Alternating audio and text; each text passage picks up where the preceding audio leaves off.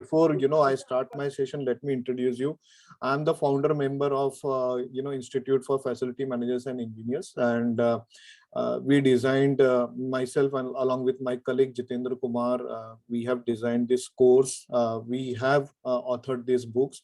These books, there are two books on facility management. We are the only Indian author who has published any book on the facility management, and these books are available on Amazon and Flipkart. You can search with the name Facility Management by Ramesh. If you search it, you'll find this book on Amazon and Flipkart. uh, Cost is not that much, so it's affordable. It's available at affordable cost, and the language is also very simple language where things a person who's with a non-technical background can understand the technicalities uh, very easily. A lot of standards have been covered in these books. So whatever we are going to teach today in this session on National Building Code and BIS 2190, basically National Building Code 2016 Part 4 covers all the parts of fire and safety for a building. So this is also available in our book. So I'm not going to share any handouts today. I would suggest, if you want to make a note, keep a diary and pen along with you. You can keep making the notes with you. I would like to, just tell you about myself. I'm an Indian Navy veteran with an engineering background. Okay, and have almost 32 years of experience, including my defense experience in facility management. Okay, I have worked with CBRE. I used to manage IT park in Pune, Magarpatta city. Then I have worked for Suzlon Energy, India's first green building complex, that I used to manage. Then my last job was as a country head with Halliburton, and I was managing the facilities and properties of Halliburton across the country. Okay, so that was my last job, and that's about me. We are running this institute since last 11 years. We conduct training programs, every year. At least 2 to 3 batches we complete every year. Okay, so that's about us. Those who are interested to buy the books, I'll share the links with you in a WhatsApp group. If you're not part of my WhatsApp group, do ping me separately, and I'll add you to that WhatsApp group, and I'll share the link for these books. Okay. So you may ask me why a national building code is important. So we'll start today's session. Why National Building Code and BIS 2190 is important for facilities. Now, before I go ahead, if anybody wants to answer me, I have a very bad habit of asking questions during the session. So, you have a fire extinguishers, okay, at your office or at your facilities. Now, I hope everybody has outsourced the maintenance of this fire extinguishers to a third-party agency, right? Yes. Right. Yeah. Yes. So are you aware what you are supposed to do, what this vendor is supposed to check when they are coming to check the fire extinguisher, and they said there is a sticker placed there and they sign there with the date that they have done the checkings and maintenance of that fire extinguisher. So what actually they do there? Normally they check is it valid or not. Okay, what else? Actually, the weight of the cylinder should be checked first, and the Pressure in that fire extinguisher is yeah, go ahead. If it indicates red, it means it is dead. If it indicates green, it means it is active. Okay. So this can be, I think, checked by your housekeeper boy also. They can also say, okay, it is red, sir. This is red, so let's remove this extinguisher and get a new extinguisher refilled. Why we need a third party agency to basically come and sign and check this, extinguishers? No There idea, is sir. there is also a requirement of the powder, the dry chemical powder inside the composition part, whether it is usable, is it effective when it is actually being used in case of emergency, should also be checked, is what I see over here. Okay. So, that's the reason our training program plays very important role. I'll tell you, see, it's not only you, so don't take it personally. It's not only you. I think 80% of the people in the industry does not know what should be checked on a fire extinguisher. Okay. Fire extinguisher maintenance should be carried out as per the Bureau of Indian Standard 2190/2010. This is the latest directives by the Bureau of Indian Standard. Okay, so I'll share one example with you. At one fine day, I was roaming at my site, and I found that one of the guy from the vendor's end, he was checking the fire extinguishers, and he's signing on the sticker there. So I said, okay, I stopped him. I said, tell me what you're supposed to do. And believe me, this vendor employee was also not aware what they are supposed to do. So see what is happening. Actually, people don't know what they are doing, but they are doing it just for sake of doing it, just the sake of documentation they are doing it. So I'll tell you, actually, hardly anyone knows that what you are supposed to check on a fire extinguisher. So let's discuss that. The maintenance of all kinds of fire extinguishers to be undertaken as per the Bureau of Indian Standard IS or BIS 2190/2010. And the clause 11.1 of this standard, it says the owner or an agent or the occupant of the property is the responsible person for inspection, maintenance, and recharging of fire extinguishers. So this is the standard which says who is the responsible person and what they are supposed to do. So if you have any doubts, so you can stop me and I'll clear your doubts. Now, what you are actually supposed to check during your monthly checks, which your vendor is supposed to do. So first job, you have seen your fire extinguisher has a hose pipe, right? Everybody must have seen it. Yes. Now these hose pipes should be removed. It should be removed from the extinguisher and it should be blown through. Blown through means, उसमें से, if I say in Hindi, फूंक मारना उसके अंदर से, यानी blown through that pipe, so that any foreign particle or any foreign object, if it is there inside the hose, should come out. Now, why we are supposed to do this? Anybody who can answer me? The vent is clear. So whenever there is an emergency, whenever there is a fire, see what happens. End of the day, we are all human beings, and any human being can do any kind of nasty things without understanding its implication.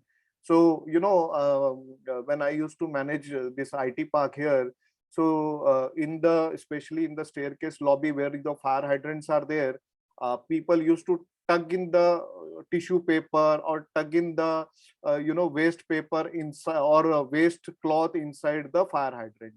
Now that's a very bad habit. Similarly, there can be a chance that somebody tug in a piece of paper inside this hose.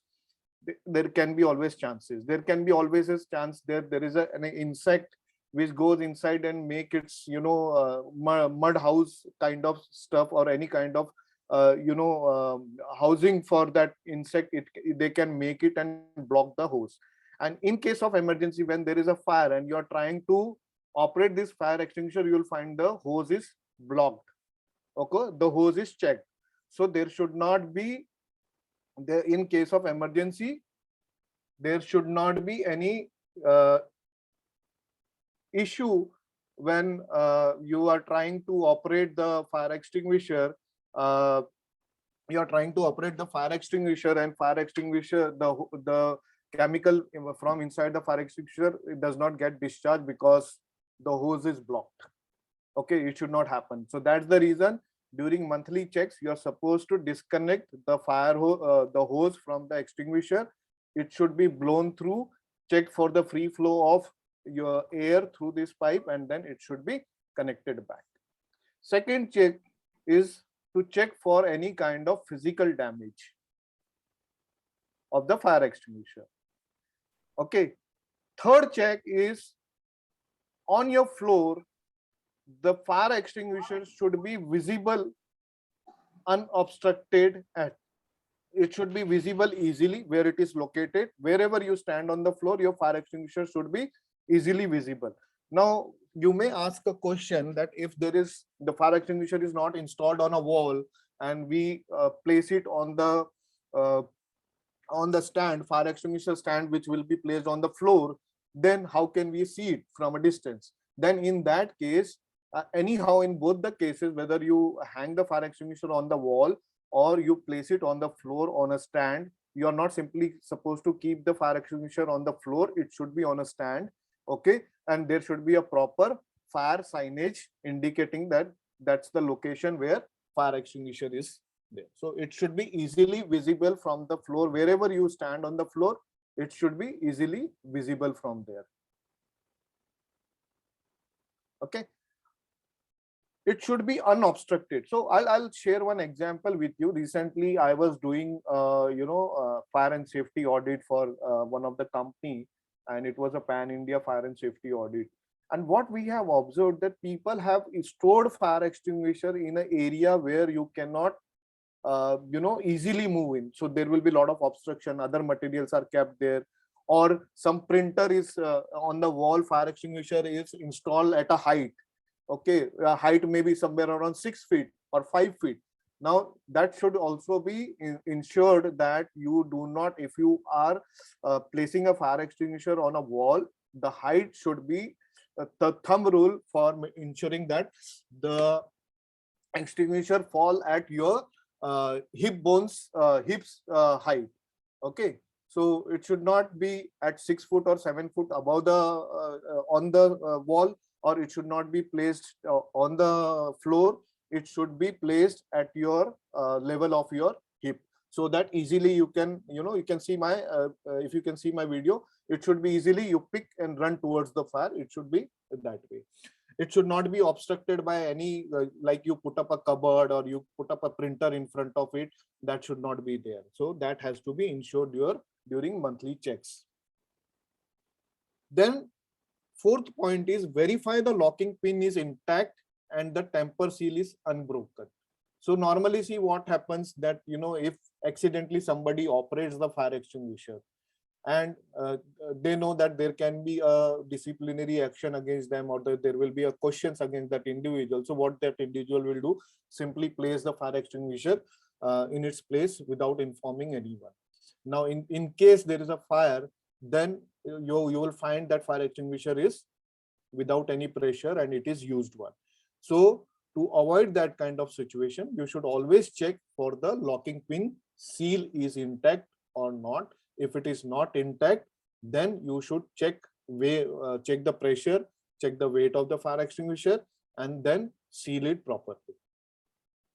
Confirm the pressure gauge or indicator. This everybody has answered. So you should ensure that it should always be in a green side.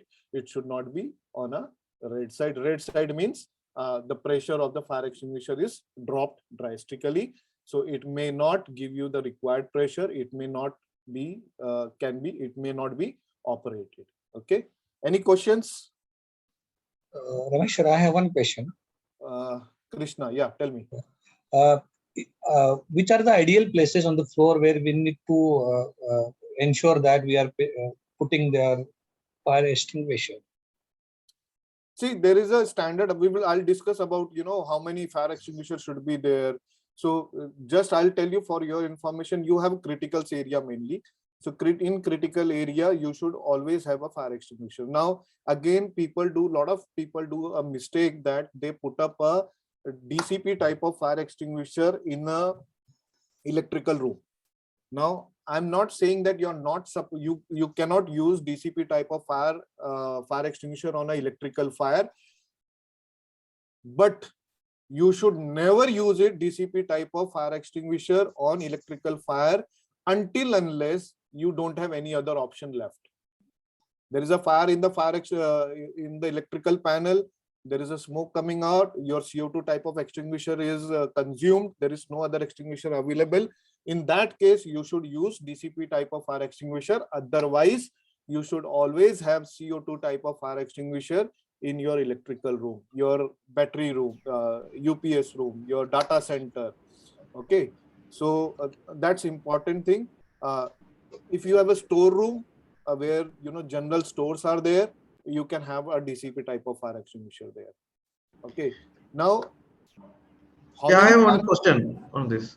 Can I ask? Sir, Regarding this last fifth point, no, is it weighment is not mandatory? I want to carry on. Sorry? Weighment of extinguisher, CO2 Weighing of the extinguisher. extinguisher. Yeah. That is for CO2 type of extinguisher. Is it mandatory every month? Yes, it is mandatory every month. Okay, thank you. Because CO2 type of extinguisher does not have a dial gauge of pressure. So you don't know whether by simply just, picking it up, you will not come to know whether the required pressure is there or not. So there is if you see on the neck of CO2 type of extinguisher, net pressure, net weight and gross weight is mentioned there. So you should always check the gross weight. And then if you find any difference in the weight, then you should send that extinguisher for the recharging. Okay. Okay, noted. Thank you.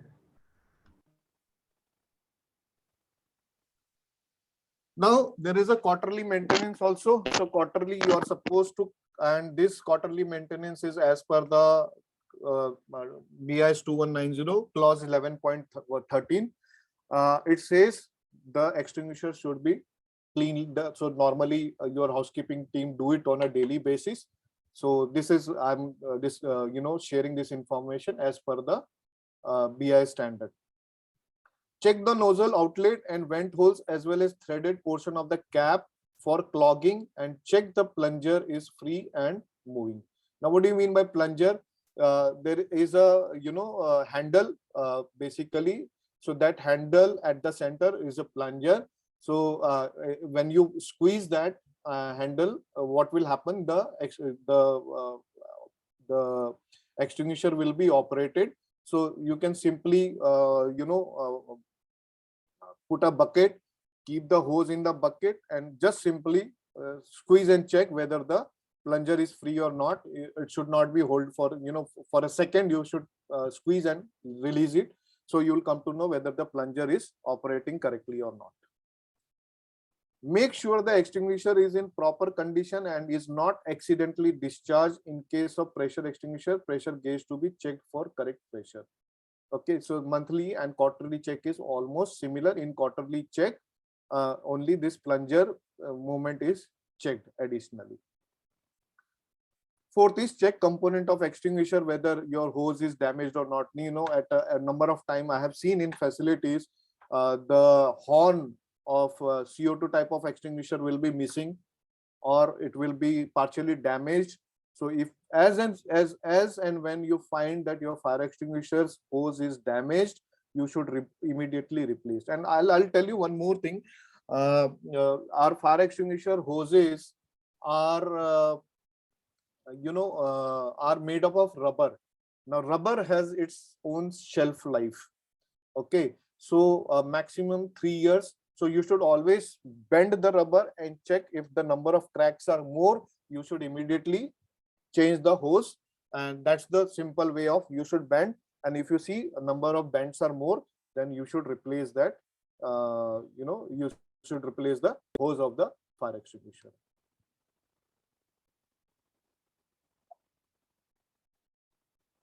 Now, under annual maintenance, see, there is a myth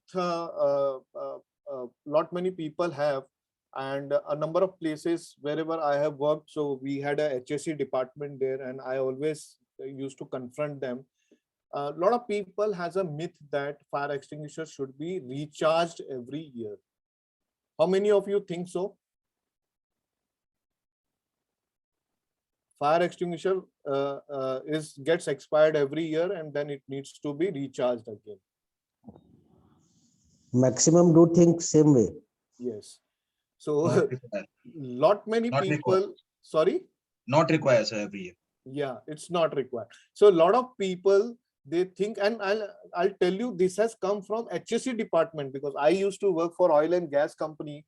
So they used to come and say, okay, they used to ask my team, go and get your fire extinguisher is expired. Now get it refilled. And I used to always say, shut up and get out. This is not expired. Fire extinguisher does not get expired. Only we'll come to that point how it is to be done. So under annual maintenance, if your fire extinguisher has completed a particular period of year, so I'll tell you, for a DCP type of extinguisher, it's 3 years. Its life is 3 years for DCP type of extinguisher, and for CO2 type of extinguisher, the life is 5 years. Okay. So under annual maintenance, if your extinguisher is due for, if it is completed 3 years from the date of commissioning, then you are supposed to go for discharge test. So you should discharge that extinguisher and send it for the testing and recharging. Now what that testing and recharging is, we will explain later. Dismantle and check the extinguisher internally for any kind of rust or corrosion. So after every 3 years, for DCP type of extinguisher, you are supposed to first discharge the extinguisher, dismantle it, and check the internal part of extinguisher, internal chamber of the extinguisher, basically, for any kind of rust or corrosion.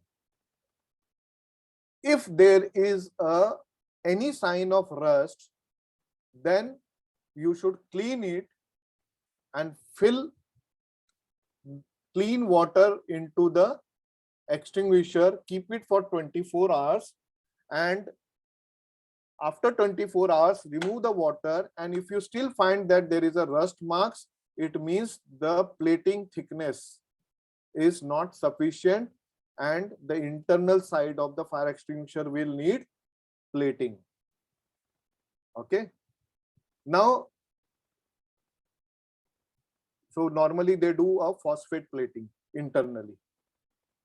In case of CO2 or clean agent extinguisher, if recharging is not due, check the weight and pressure. If it is within limit, then content need not to be discharged. But life of CO2 type of extinguisher is 5 years. After 5 years, you are supposed to send this extinguisher to the workshop for complete discharge and hydropneumatic testing. So for DCP type of extinguisher, every 3 years, complete discharge, internal checking, and hydropneumatic testing is to be done. For CO2 type of extinguisher, it is 5 years. Okay. Inspect the cylinder and its component for any kind of physical damage. If you find any kind of physical damage of the cylinder body, you are not supposed to use that extinguisher. You are not supposed to keep that extinguisher in the service. You are supposed to immediately discard it in 2 pieces and then scrap it. Simply do not discard it. It should be cut in 2 pieces and then it should be discarded. Any questions? Okay.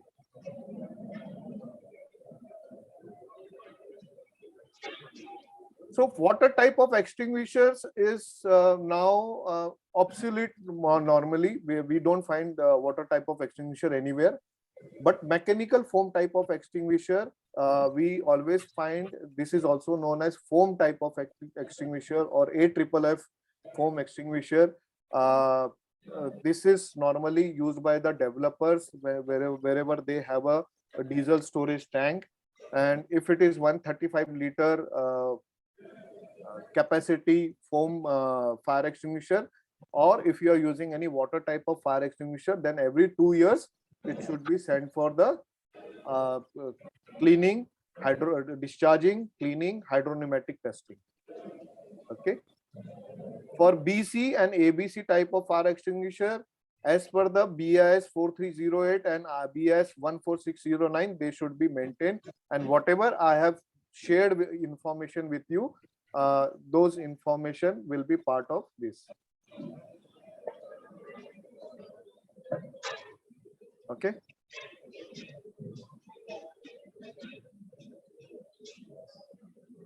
Every 5 years,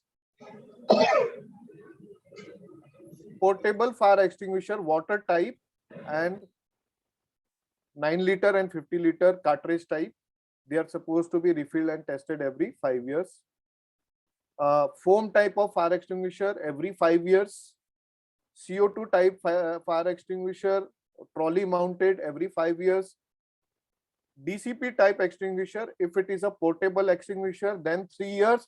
And if it is trolley mounted heavy capacity, like 20 kg, 30 kg, 35 kg, then the life is 5 years. Metal fire extinguishers, which normally we do not use in our facility, that is used for the manufacturing industries, then the refilling and testing should be done in every 5 years. Clean agent fire extinguishers. Now, what is clean agent? Like your FM200. Okay, so this kind of fire extinguisher or the cylinders every 5 years, they are supposed to be checked and tested. So whatever is the, see, there is a PESO standard which falls under the explosive department, petroleum and explosive department. Now, as per their standard, all the pressurized vessels should be tested for pressure testing every 5 years. Okay, so somebody asked me a question whether FM200 will be part of it. Yes, it will be part of it. Normally, I have not seen people doing it in IT industry, but every pressurized vessel should be tested, hydropneumatically tested every 5 years.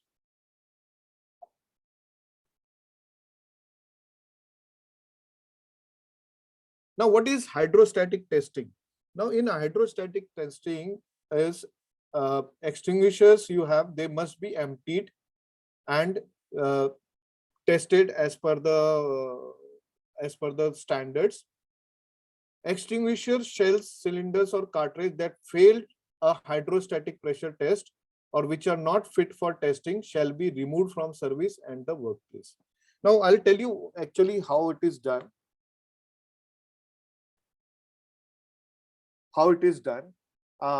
Whatever fire extinguishers you have, it will be filled with oil and a pressure will be created inside the fire extinguishers.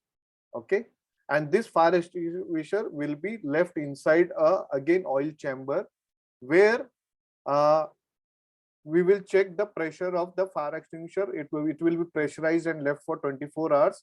If in 24 hours the pressure of the fire extinguisher is dropping, it means there is a leakage in the fire extinguisher, and no fire extinguisher should be repaired and reused. Like you say, okay, if there is a leakage, it's not holding the pressure, then let's weld it, repair it and use it. No, you're not supposed to repair that fire extinguisher. In that case, see, the standard clearly says that if it fails a hydrostatic pressure test or which are not fit for testing, shall be removed from the service and the workplace. And it should not be simply removed and given it to the scrap dealer, because what they will end up doing, I hope recently you people must have, during the COVID situation in Delhi, there was a raid where old fire extinguishers were painted and they were charged with oxygen to be used as an oxygen cylinder. So that kind of misuse will happen. So to avoid that kind of misuse, you should cut the fire extinguisher in 2 pieces and then scrap it.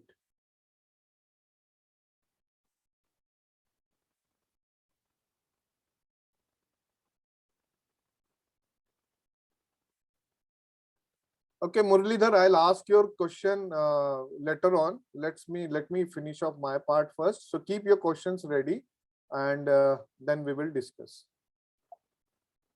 Okay, so these are the some uh, chart how which type of extinguisher to be tested and what is the test intervals. So like foam type, soda acid type of fire extinguisher, it's not to be used anymore.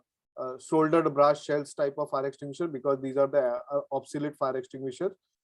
Soda acid, stainless steel shell, foam stainless steel shed type of fire extinguisher, they are tested at 350 psi pressure, and every 5 years the hydropneumatic testing should be done. Cartridge operated fire extinguisher, there are two types of fire extinguisher, I hope everybody knows. One is known as cartridge type of fire extinguisher and another is known as pressurized fire extinguisher. So these are two types. If you whenever you attend our training program, we will explain this difference between this extinguisher in details. So DCP type of fire extinguisher, this type of fire extinguisher should be tested every 5 years. Carbon dioxide fire extinguishers should be tested every 5 years.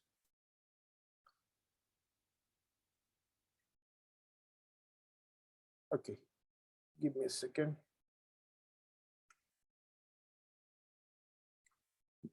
Then dry chemical stored pressure with mild steel, brazed brass or aluminum shells, dry chemical cartridge or cylinder operated with mild steel shells, dry powder cartridge or cylinder operated with mild steel shells. So these are the dry chemical and dry powder hose assemblies equipped with shut-off nozzle must be hydrostatically tested at 300 psi. This is for a bigger capacity of fire extinguisher. This is not which we use in our facilities. So every 12 years you are supposed to test this. Halon, it is absolute, so let's not discuss it. Halon is no more allowed to be used. Oh God.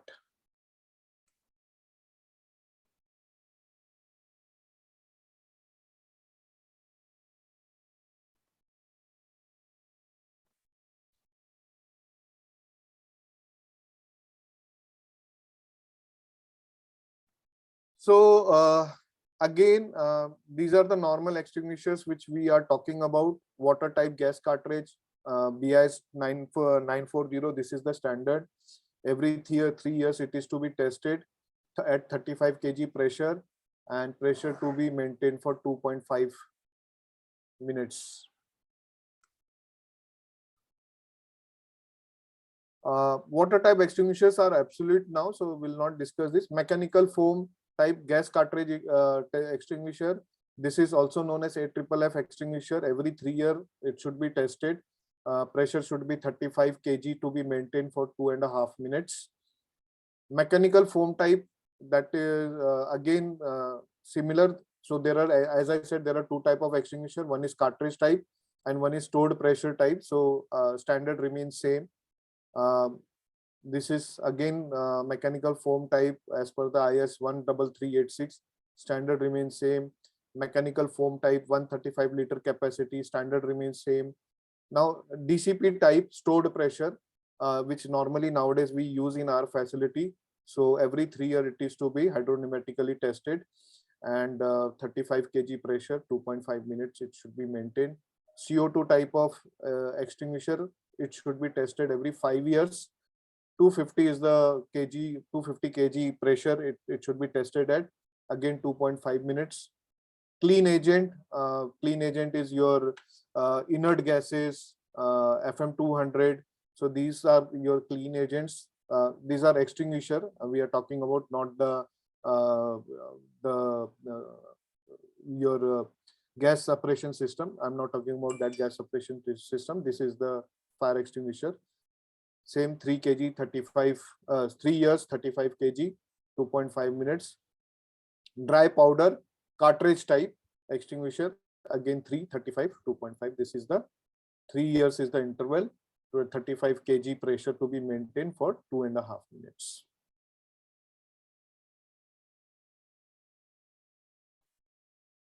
Now, a lot of people ask questions, what is the standard for having fire extinguishers in our office spaces? So this is as per the National Building Code 2016. Every offices, banks, record rooms, archives, libraries, data processing centers, one 4.5 kg CO2 or one 2 kg clean agent. Clean agent means your DCP type of extinguisher per 100 square meter of floor area. So for example, your floor area is 10,000 square feet. Okay. So you should have 10 fire extinguishers in your office area. And this fire extinguishers should be located in such a way that the distance between two fire extinguishers should be not less than 10 meters, not more than 10 meters. Okay. So in the radius of 10 meter means if any extinguisher is placed at one location, another extinguisher should be within 10 meters of the installed fire extinguishers. So this is the standard. For laboratories, research establishment and test houses, 6 kg ABC fire extinguisher for every 200 square meter with minimum 4 fire extinguishers per compartment. So if you have a compartment, then minimum 4 extinguishers per compartment or per floor. And they should be available in 15-meter radius area. Okay. Any questions?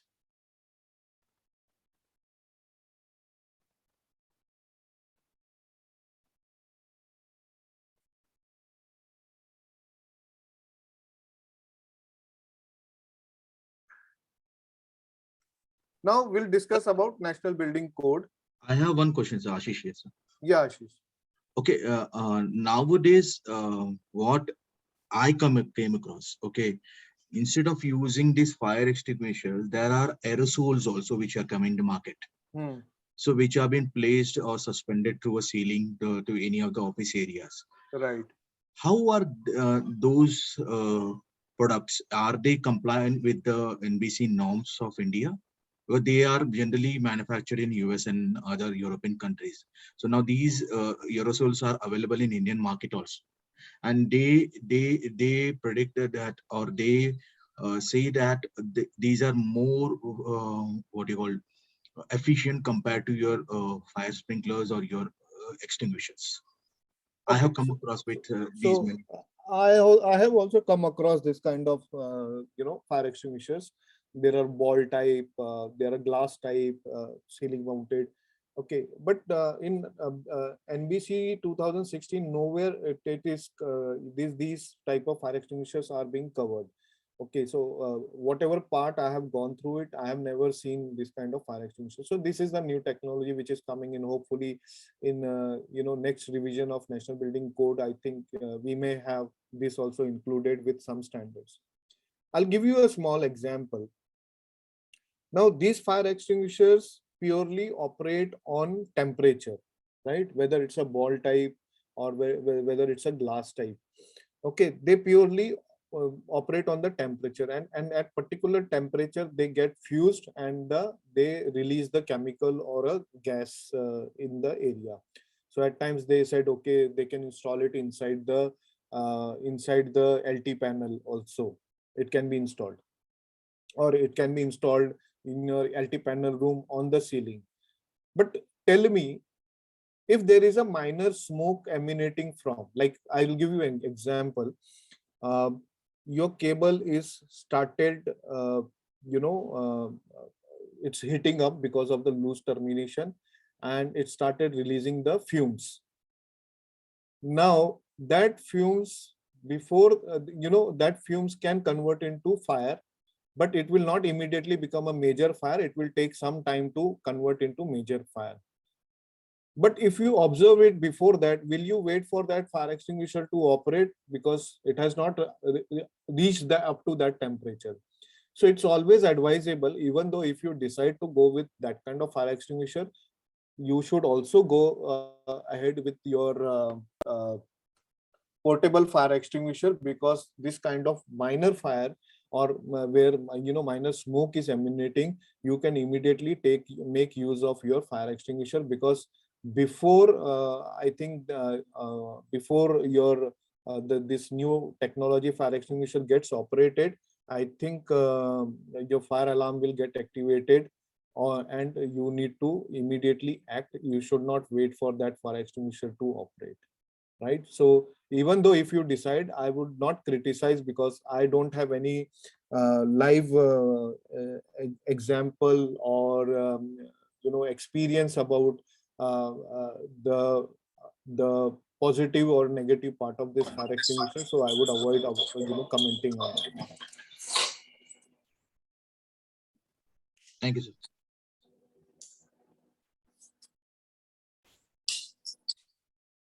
So now we will discuss about National Building Code 2016. National Building Code is basically this code is designed by the central government. This is like a a Gita Bible for the construction industry. Basically, these are the guidelines which is shared by the government of India. Now, this guideline can be amended and then modified and implemented in the by the state governments. So the National Building Code of Delhi may not be applicable in Mumbai, because the local governments, they always tweak these guidelines and then they implement in their states. So after the introduction of National Building Code, by and large, most of the states and local bodies have adopted many of the code provisions in their own building regulations. So every state will have their own building regulation. National Building Code is basically a guideline provided by the central government, and which in some states they absorb it completely, they follow it completely. They, in some state, they make changes and do it as per their wish. Delhi and Mumbai regulations on life safety and fire protection requirements of building are mostly based on NBC Part 4. So National Building Code Part 4, basically this Part 4 deals with the fire and safety in the building. Of the building codes in India, Delhi building bylaws are the best in so far as fire and life safety provisions are concerned, and also in the degree of implementation, the way they are implementing. So Delhi is today one of the best states where the NBC is followed rigorously and religiously.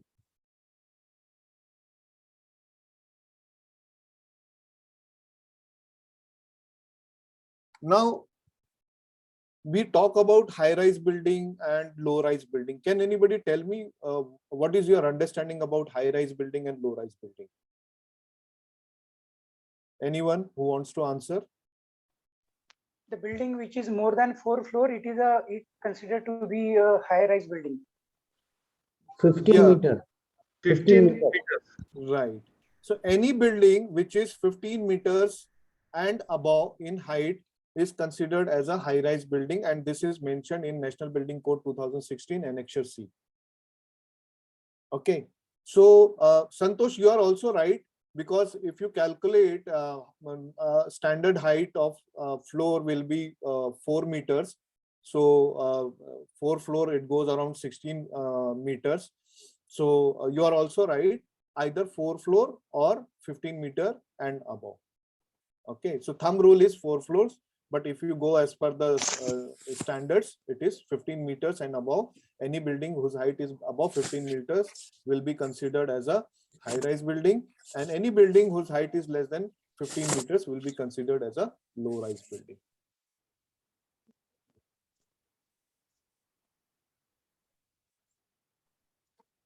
Okay. Now, the buildings are, can you please mute yourself, everyone?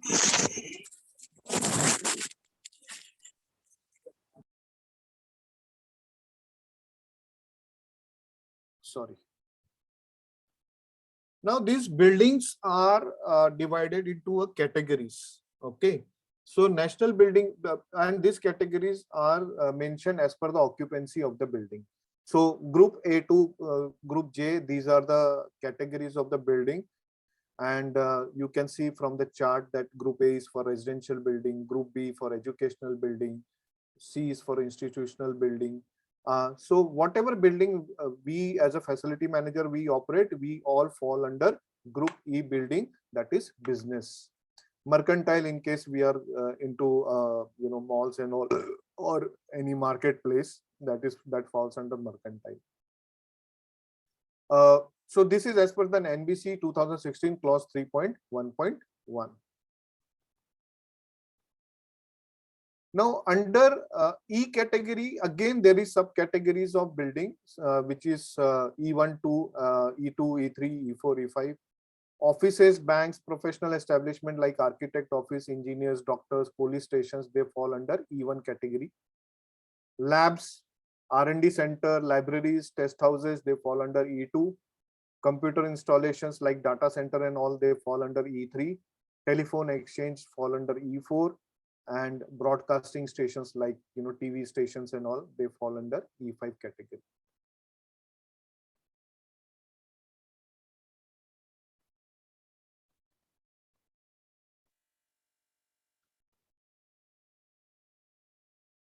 Now, as per the National Building Code 4.8.1, the width of the main street on which the building abuts should not be less than 12 meters.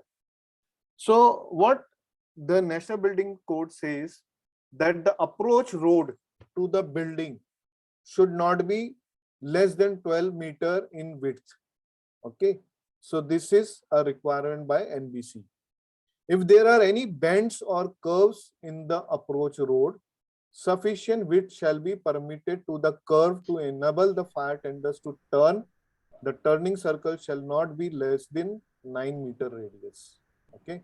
So basically, this is the requirement for the fire tenders to reach the building, and for that 12-meter width is required. And if there is a turning on the road, so the turning radius should be minimum 9 meter, not less than 9 meter. The approach to the building and the open spaces on its all sides should be it's as per the building bylaws 4.8 and 4.9, should not be less than 6 meter. Now, why this is required?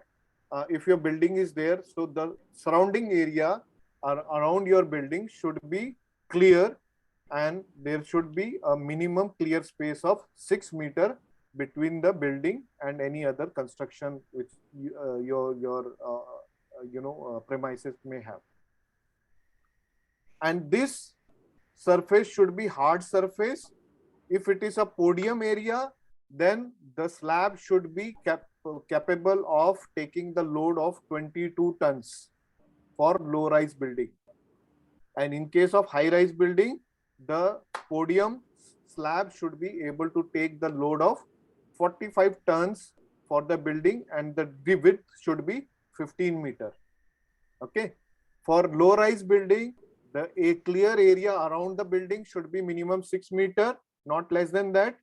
And if it is a podium area, if it is a ground, no issues. If it is a podium area and you have underground parking below that podium, then the loading capacity of the slab should be more than 22 tons, not less than 22 tons. In case of high-rise building, the gap between the building and any other construction around the building should be minimum 15 meters, and the loading capacity of slab, if it is a podium area, should be 45 tons, not less than that, and this is to be ensured. Okay. Now, why this is required? Can anybody tell me why this requirement?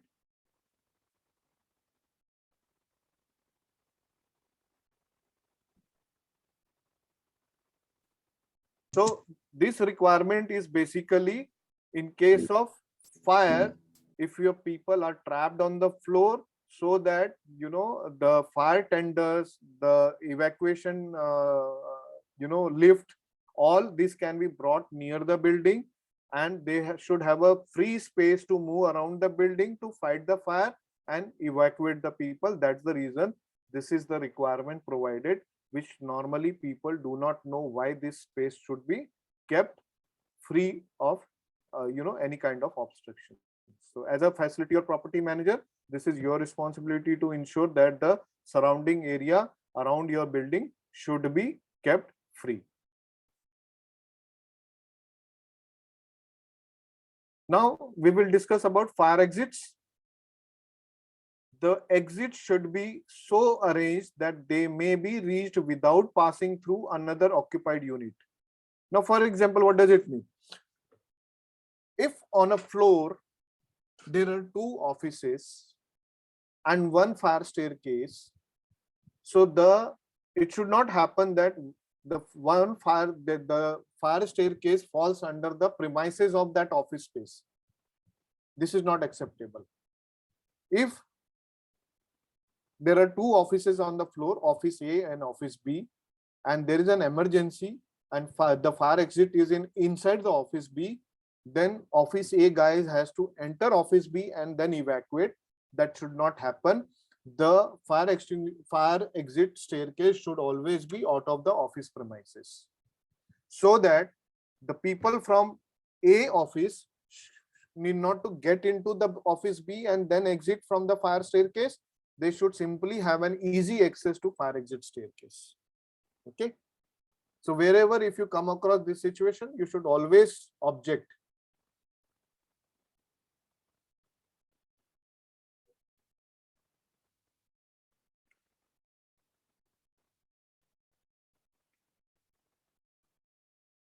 Firefighting equipment where provided along exit shall be suitably located and clearly marked, but must not obstruct the exit way, and there should be clear indication about its location from either side of the exit. Now, there should be a proper signage where the firefighting equipments are stored. Normally, it is stored on the fire exit staircases. Now, it should not happen that you install a fire extinguisher, you install a hose box, which is reducing the pathway of the fire exit staircase. Okay, so if you install it in a wrong manner, what will happen? It will create an obstruction for people to evacuate from the floor. So it says it should not obstruct the free movement of the people when evacuating the floor. It should be located, it should be placed in such a location where it should not obstruct the free movement of the people.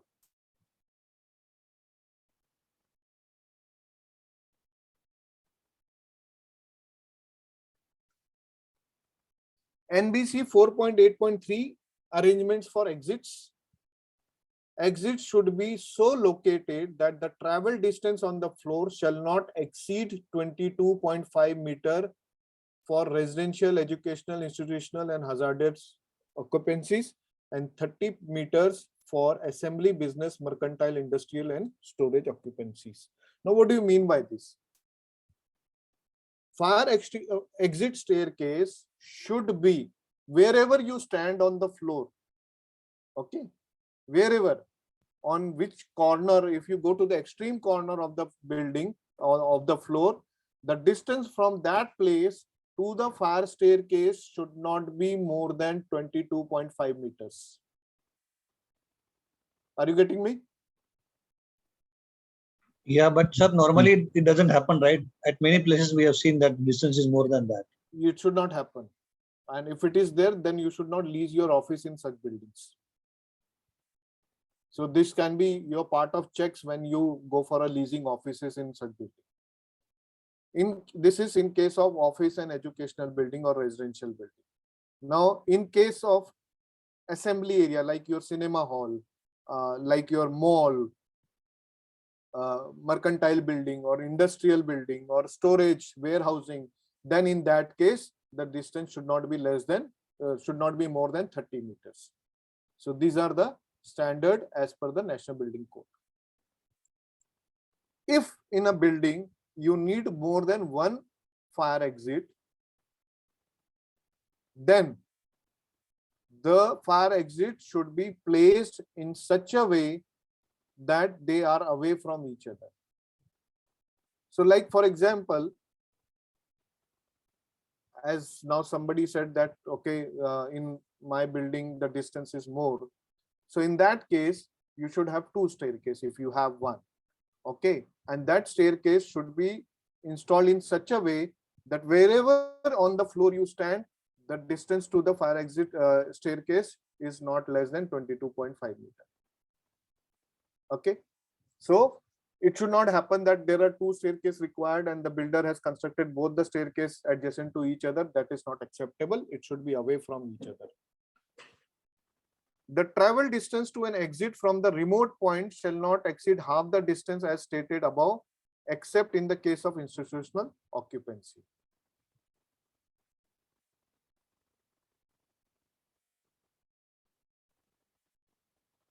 Now, there is a requirement for the fire exit staircase also. So as per NBC 4.8.5, this is the clause. For building identified in bylaws number 1.136 A2M, there shall be a minimum of 2 staircases, and one of them shall be enclosed staircase and other shall be on the external walls of the building.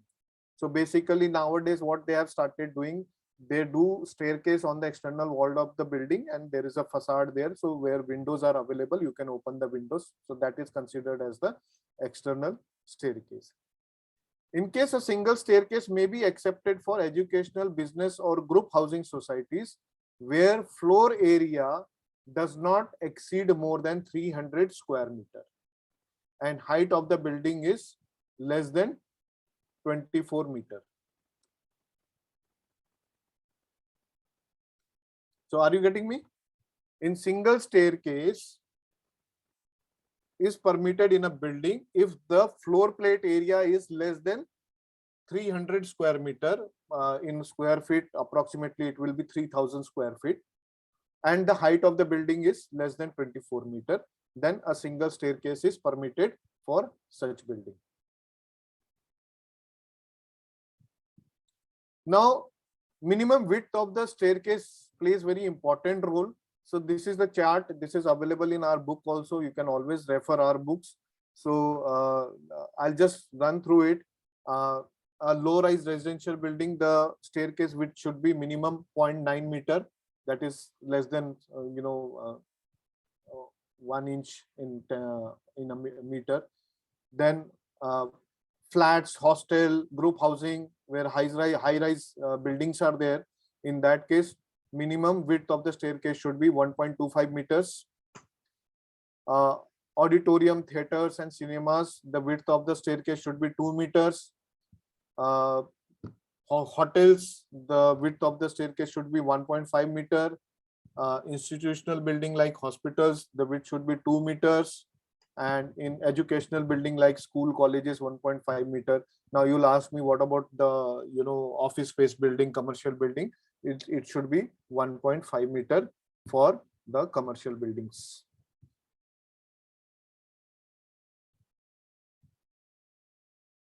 Now, NBC also talks about doors, how the doors should be installed.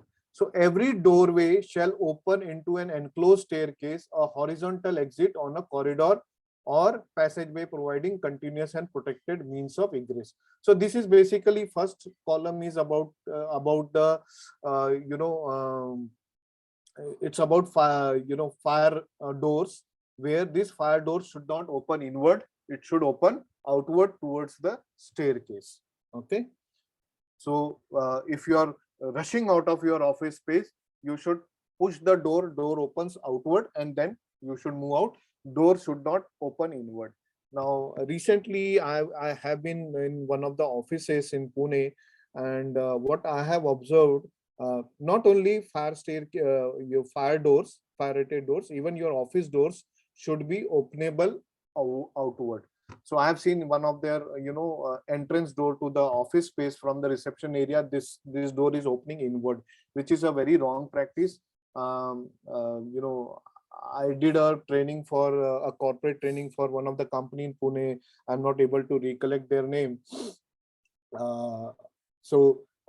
First thing when I was teaching them, the first day when I was there in their office, I said all doors are incorrectly installed. It should be reversed, because your door should never be open towards inward side. Your meeting rooms, your conference room, it's okay there, it opens inward, that's okay. But whatever exit is there from your office area to the outer area, then that door should always open outward, not inward, because if it opens inward, it will restrict the movement of the people. Okay, if it opens outward, it will have a free flow movement of the people. And in case of emergency, it will not create a blockage at the doors. No exit doorways shall be less than 100 centimeter in the width. So exit doorways width should be minimum 100 centimeter and 150 centimeter in case of hospital and ward block. Height of the doors should not be less than 200 centimeter. So the NBC talks about how the door should open, what should be the minimum width, what should be the height of the door. This is all mentioned in the NBC. Exit doorways shall open outwards, that is way front the room, that is away from the room, but shall not obstruct the travel along any exit. Now it should not happen that when you open the fire exit door, it blocks the staircase. Like for example, a staircase is coming from upside, it's going downward, and when you open the this fire door, it obstructs the movement and reduces the space there. It should not happen that.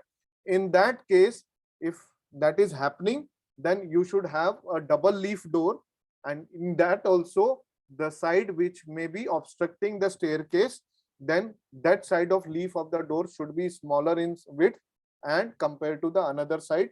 Another side, naturally there will be a wall there, so that goes and touches the wall, and the other side which is on a smaller side, which will not obstruct the movement of people on the staircase. Are you getting me? Any questions? Am I clear? Yes. Yes, sir. No door when opened shall reduce the required width of staircase or landing to less than 100 centimeter. Overhead or sliding door shall not be installed. Shutter doors or sliding doors should not be installed as a fire exit fire door. Okay, and I have already informed you that door should not block the movement of the people on the staircase.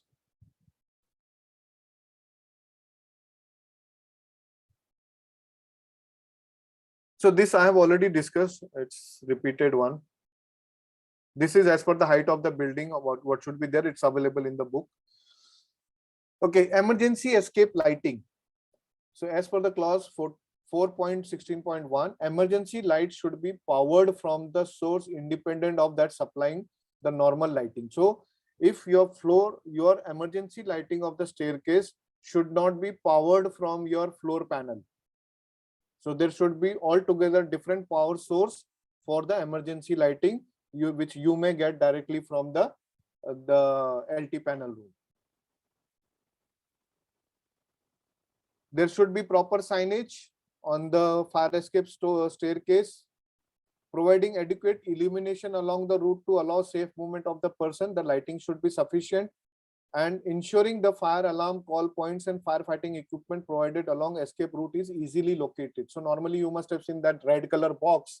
It is normally installed adjacent to the fire exit door or fire rated door. So it should be easily visible. It should be provided at a right height. So the thumb rule for it should be at your hip level. So that's the thumb rule for installing of this manual call points.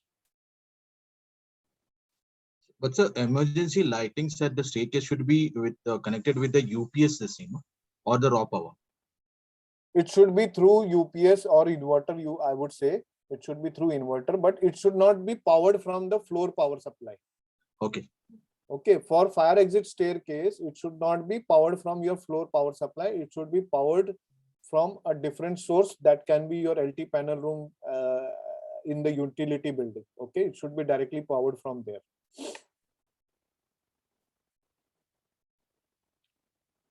Clause 4.16.2 of NBC, it says the minimum lux level should not be less than 10. The lighting intensity should not be less than 10 lux level. And in addition, for escape route up to 2 meter width, if 2 meter is the width of the escape route, then 50% of route width shall be lit to a minimum 5 lux level. So if you see if the width of the staircase is 2 meter, if you left side you take the measurement of lighting level, it should be 5 lux level. Right side, if you take the measurement, it should be 5 level. If you combine together, the total lux level becomes 10. So it should not be less than 5 at any given point, but the total lux level of the area should not be less than 10 lux level. Emergency lighting fitting should be non-flammable. So normally I have never seen people ensuring non-flammable lighting system in the fire exit staircases. People are normally using the normal lighting system, but actually, as per the NBC 4.16.8, the light fitting should be non-flammable light fitting. The emergency lighting, as per the clause 4.16.10, should have a backup of 1.5 hours. It should not be less than 1.5 hour backup. Now, as a responsible facility manager or a property manager, what you can ensure that, in some non-working day, switch off the power supply and see the emergency lighting backup, whether it stays for 1.5 hour or not. In that way, you can carry out this kind of checking and make a record out of it. Now, clause 7.1.4, it talks about electrical services. The electric distribution cables wiring shall be laid in a separate duct. So your electrical wiring should not pass through your plumbing duct. It should be from a separate duct, and the passage between two floors, it should be properly sealed with non-combustible material. This is again a flaw which none of the building owners are following it. They should follow it strictly wherever possible. If you have power to get it done, please get it done. Low and medium voltage wiring running in shaft and false ceiling should run in a separate conduit. Okay. Again, one more mistake people end up doing. The wiring they do it through the PVC inside the false flooring. No, PVC conduit should not be used for wiring inside the false ceiling. You should always use fire rated MS pipes for the cabling. Okay. Water mains, telephone wires, intercom lines, gas pipes, or any other services lines shall not be led in ducts of electrical cable. So your plumbing lines, gas line should be in a separate duct, and electrical cables should be pulled through the separate duct. Separate conduits for water pumps, lift, staircase, and corridor lighting, and blowers of the pressurizing system should be directly from the main switch. So whatever power supply you are providing for water pumping system, your fire hydrant system, your lifts, your fire staircase lighting, corridor lighting, pressurized blowers, all these power supplies should be separately provided from the LT panel room. It should not be provided from the floor panel room.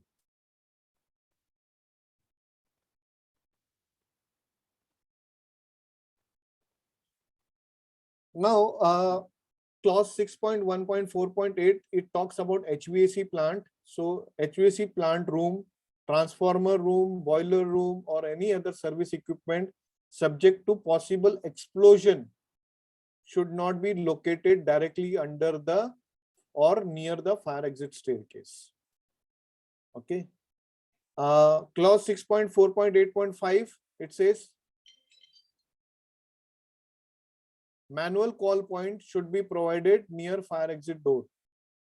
So which we have already discussed. Clause 6.4.8.6, it says manual gas flooding. Control panel of gas separation system should be provided with manual operation of gas flooding system. So if you have a gas separation system,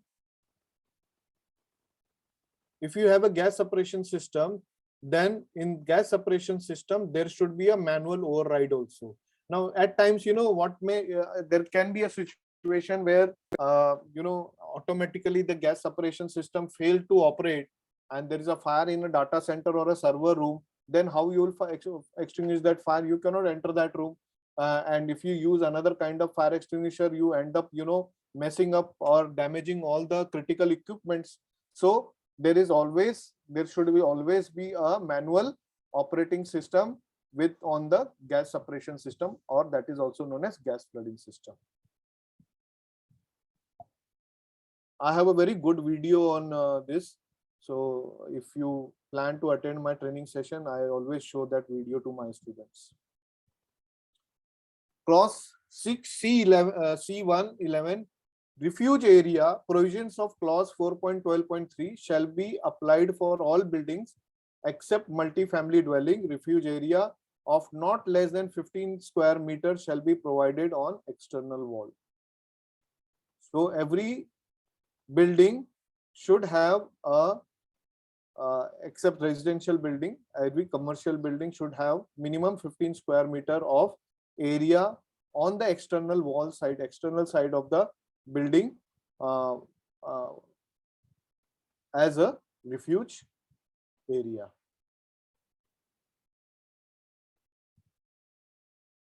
So there are also some guidelines provided by National Building Code. Annex E, clause 6C8, it says that fire drill and evacuation procedure, it talks about the evacuation procedure for high-rise building. Then clause E 3.1 of Annexure E, it says that every quarter for first 2 years, when a building is newly constructed, first 2 years, every quarter you are supposed to carry out fire evacuation drill, and thereafter it should be conducted every half yearly. Okay. Annexure E, clause E 3.2, all occupants of the buildings are to attend. It is compulsory as per the National Building Code to attend the fire drill. However, service employees are not required to leave the building. Clause E 3.3, it says a written record of this fire drill to be maintained for 3 years. Tomorrow, if anything goes wrong in your building, the fire department will ask you for these documents. So you should always have a record maintained for 3 years, and it should be readily available for inspection by the fire department. Okay.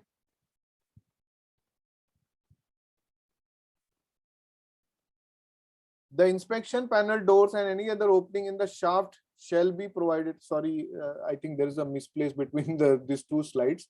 So actually this slide is in continuous with the earlier slides. Sorry, my mistake.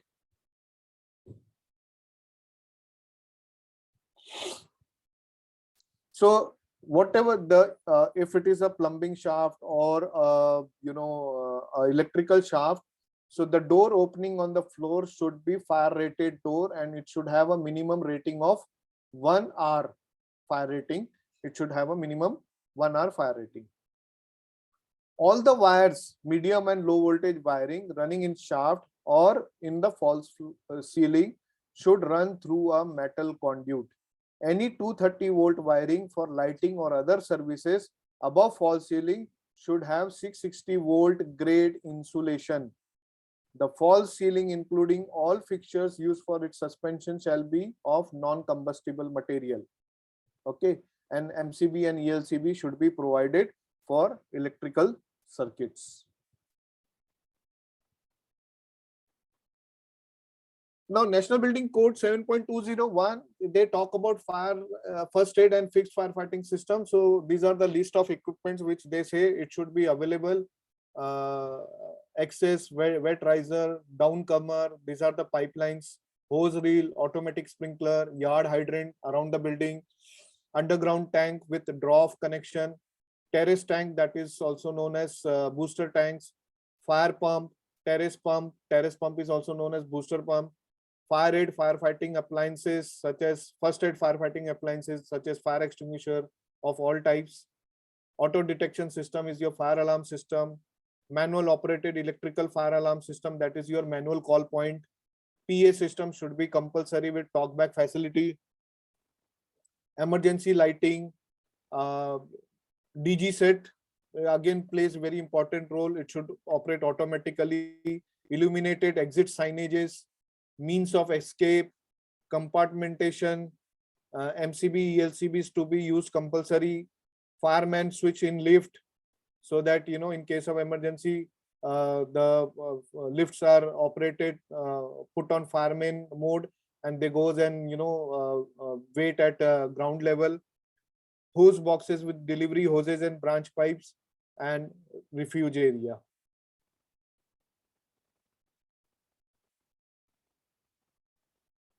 Now the NBC clause 7.21, it also talks about static water storage tank.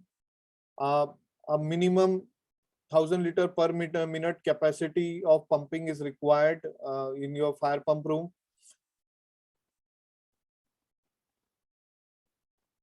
The static storage water supply required for above mentioned purpose should entirely be accessible to fire tenders of the local fire service.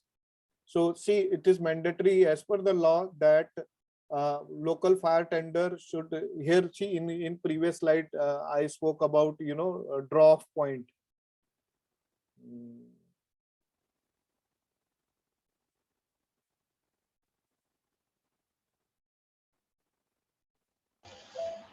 Yeah, it's in point number 7. Okay. Underground tank with draw off connection. Now, why this draw off connection is required? Because, you know, in case there is a fire in nearby building, you cannot refuse fire tankers to tenders to come and take a water from your tank. As per the law, it is mandatory for you to support them and supply them water. So this fire draw off point is provided in every fire tank, from where the fire tender will connect their hose, take the water from there, and then they fight fire in the nearby building or in a nearby vicinity. To prevent stagnation of water, see what happens, we don't use you know, fire water regularly. So what happens that you know, water will remain stagnant there, and over a period of time biocides or biological agents will get formed in, like, you know, algae formation will happen there.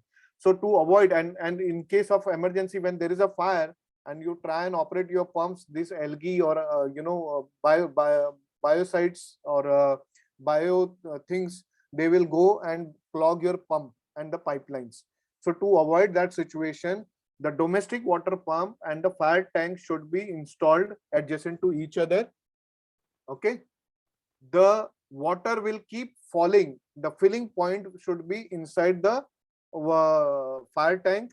Fire tank will fill completely, and the overflow from the fire tank will go to the domestic water pump, and then domestic water tank, it will go to the domestic water tank, and from there the domestic water pump will take this water and supply in the building.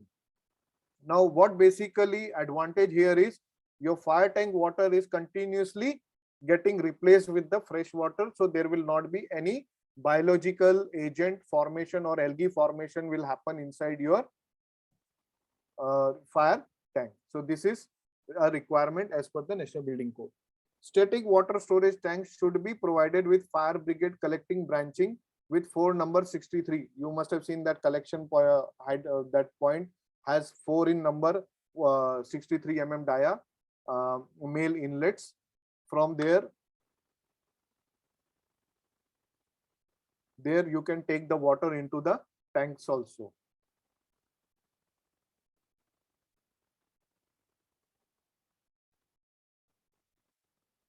Sprinkler system, automatic sprinkler system as per the clause 7.22. All buildings whose height is more than 24 meter, except housing societies. Housing building ke liye this law is for 45 meter. For commercial 24 meter and above, and residential 45 meter and above. In that case, they will have to install the sprinkler system. Any hotel below 15 meter in height and have 1000 square meter of built up area of each floor, then they have a basement, then they need to go for an automatic sprinkler system.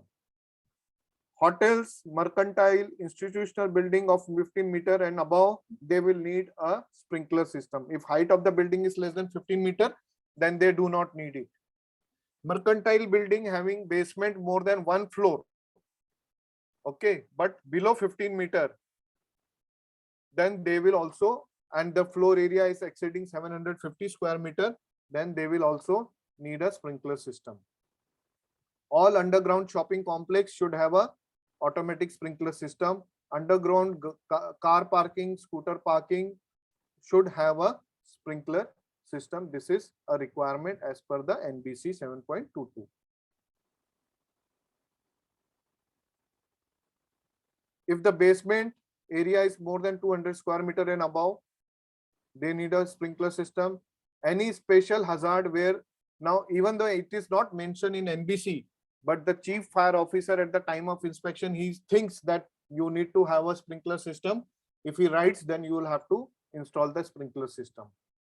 For building up to 24 meter in height where automatic sprinkler system is not mandatory, and if you provide sprinkler installation, then you have some relaxation given. Then you need not to install automatic fire detection system and MCP, manual call point, and the number of fire extinguisher requirement will also be reduced by half. So the standard I have already shown you earlier. So you can have, if you have a sprinkler system, even though your building does not fall in the 24 meter and above category, then you can have half of the fire extinguishers and you need not to go and install the fire alarm system.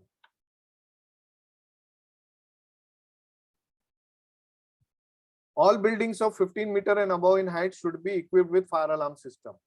If it is less than 15 meter, you need not to. Residential building, if it is about 24 meter, then they should have a fire alarm system. This is as per the National Building Code 7.24.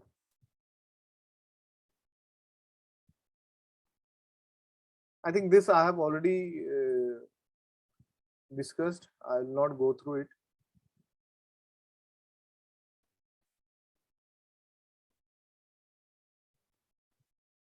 This is the requirement for fire fighting system, fire hydrant system. Okay, NBC 2016, it talks about air conditioning.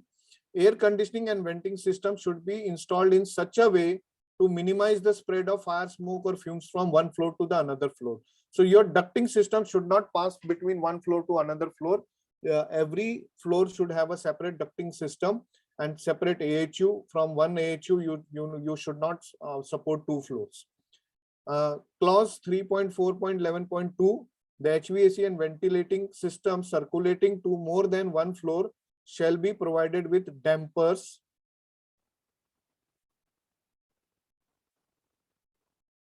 designed to close automatically in case of fire. So this is also known as fire dampers. I hope most of you must have heard about it.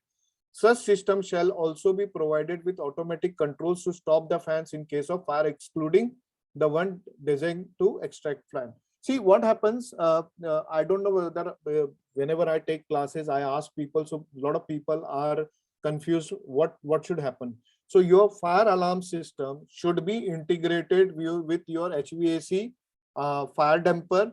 It should be integrated with your access control system. It should be integrated with AHU system. Now, as soon as the fire alarm is activated, the fire damper should get closed. The fresh air fire damper should get closed. The access control system should get deactivated. All doors should be deactivated, and your AHU should be immediately stopped. So this is what it should happen, and along with your PA system will automatically start announcing that evacuate the floor. Sir, I have a doubt. Is it compulsory to sprinkler system to be connected to fire alarm system? Because we have no, sprinkler system is never connected with fire alarm system. It is altogether an independent system. Okay. Yeah, because there can be a false fire alarm also. Right. Okay. So that's what actually happening recently. That's why I have to confirm. Thank you, sir. See, I'll tell you, a lot of people are not aware. Are you aware that sprinkler system should be always independent? They should not be integrated with your fire alarm system and fire hydrant system. No. And how you test your sprinkler system? Anybody who has tested their sprinkler system and how frequently you do it?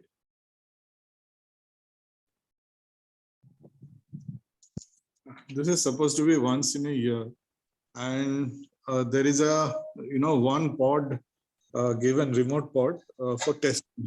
So by bringing it to the required temperature, we can actually test the sprinkler system. That is what has been. No, Rajat, you're wrong. Sorry to say that.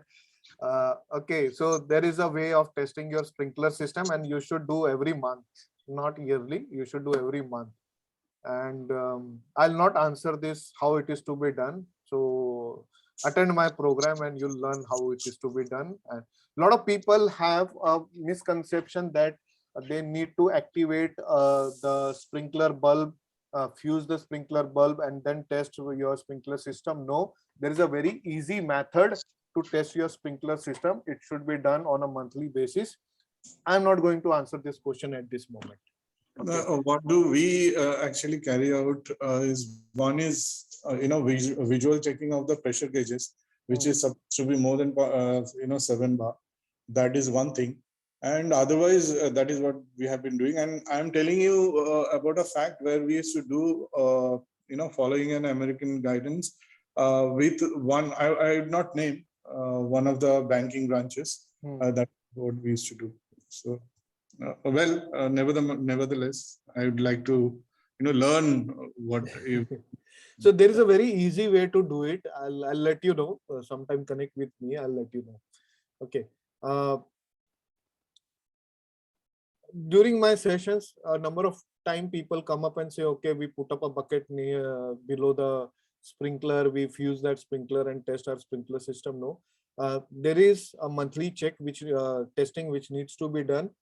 It increases the life of your sprinkler system first, and second, it also tests your sprinkler system. So those who are interested to learn can join our training program, and you'll learn many such trades from us. Okay, so let's take it forward. Every floor should be provided with separate AHUs. Smoke venting facility for safe use of exits to be provided in windowless buildings. If building does not have a windows, then you should have a safe smoke venting facility for building underground structure, large area factories, hotels and assembly building, including cinema halls, and it should operate. This is also known as smoke extracting system. It should automatically operate and can be operated in a manual mode.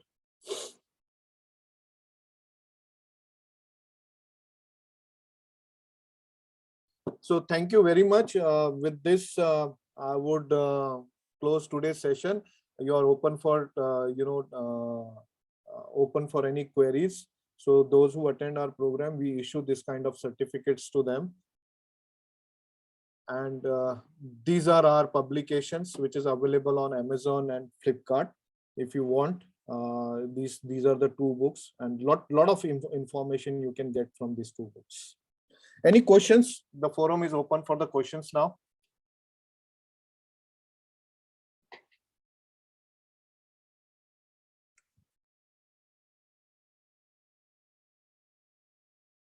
No questions?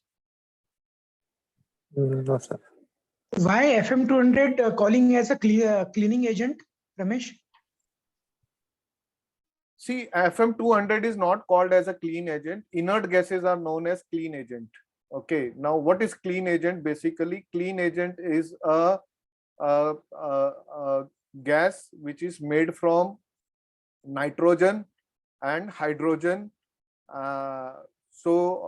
These gases, if released, it will not harm the environment. That's the reason these are known as clean agent. FM200 is basically a freon. Okay, it's not a clean agent. It impacts the ozone layer. Okay. Thank you, Ramesh.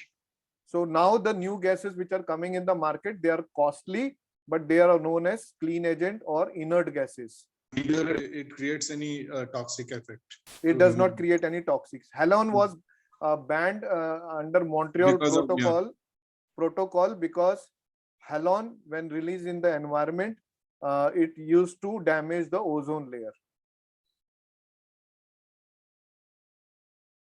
Okay, okay.